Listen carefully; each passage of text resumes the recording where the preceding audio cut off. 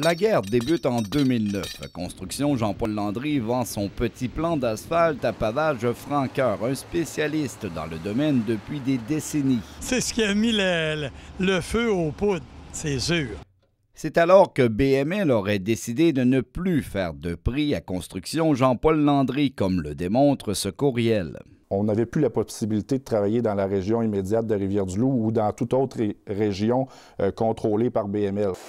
2012, Construction Jean-Paul Landry décide donc d'acheter un plus gros plan d'asphalte, un investissement d'1 million de dollars. Une plus grosse là, pour devenir vraiment compétitif puis jouer dans les ligues majeures sur les gros chantiers.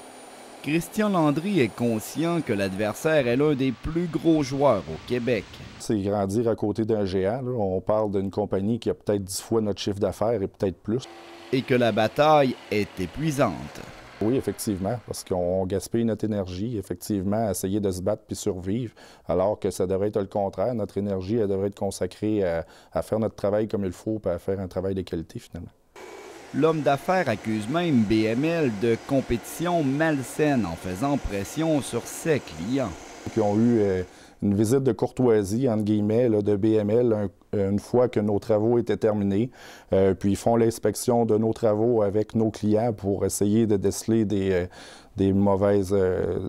l'asphalte de mauvaise qualité ou quelconque autre défaut de fabrication. Que ce soit Construction Jean-Paul Landry ou Pavage Réparation Franqueur, les deux sont unanimes.